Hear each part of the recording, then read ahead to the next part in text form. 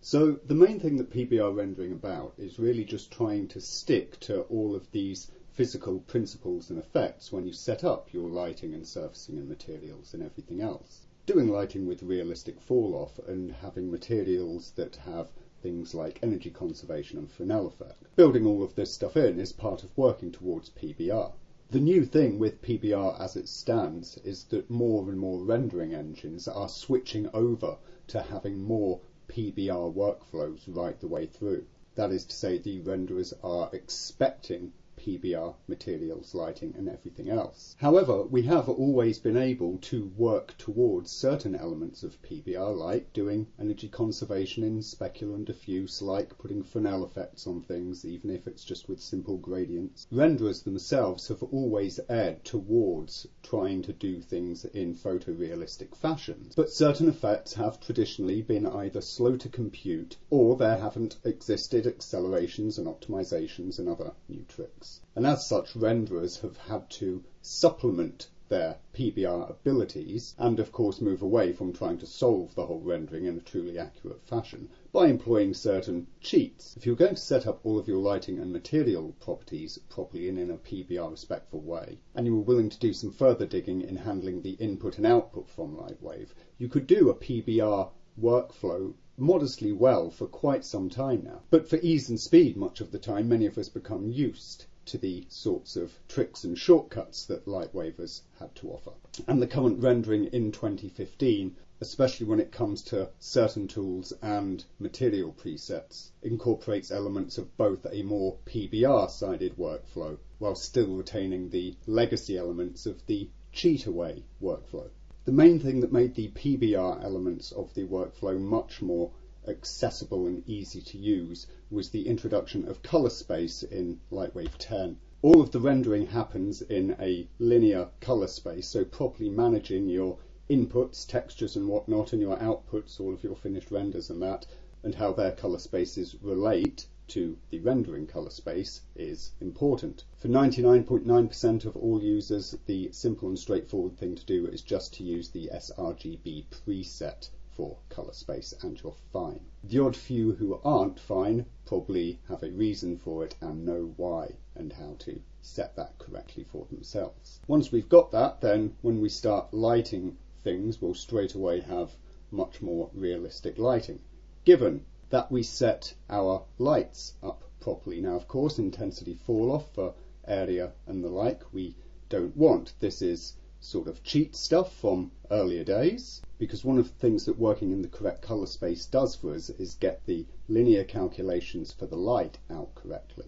As such, when you're using inverse square fall off, which is what you basically almost always wish to be using for PBR, then you get a much better level of brightness gradient essentially. Setting other fall-offs or no fall-off aren't of course realistic, so ideally they ought to be kept away from.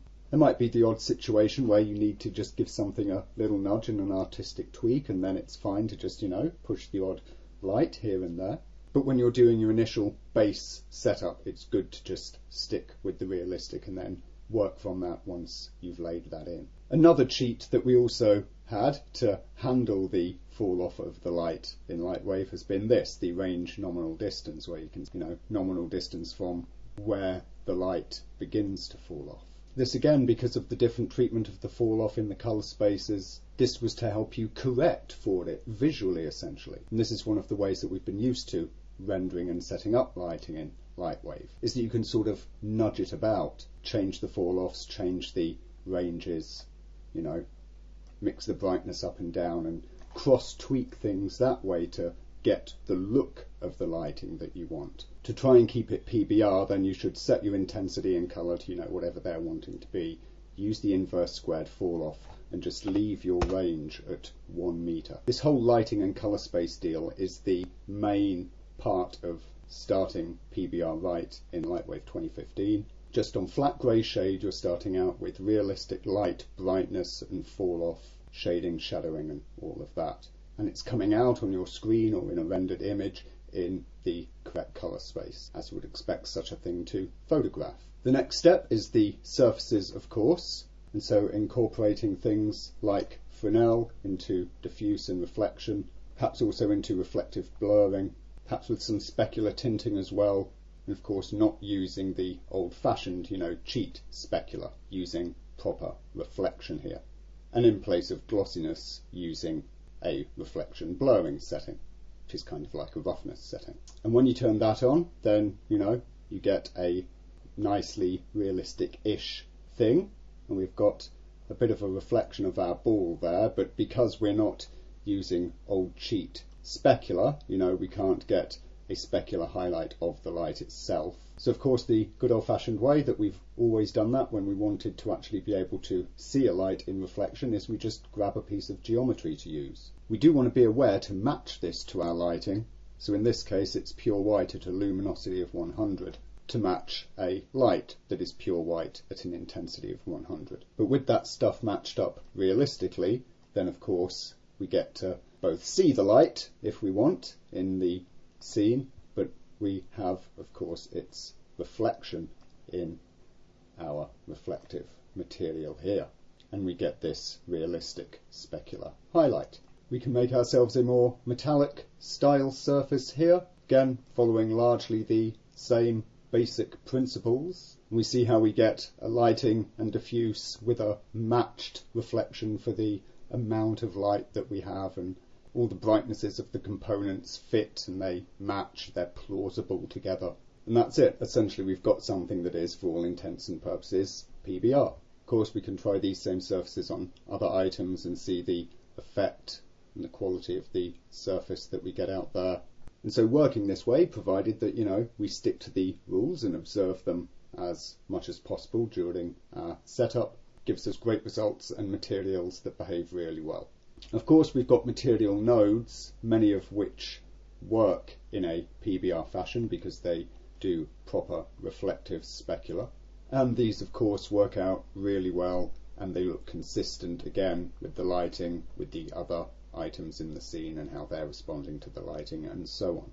Once we've got all this, then we'll find that it also behaves correctly under different lighting setups or different ways of working the lighting. So even though we can see this plane, it's not doing anything, all of the light is coming from the actual area light. But if we go ahead and we turn that light off and we turn the GI on, then the light is emitted from the plane itself.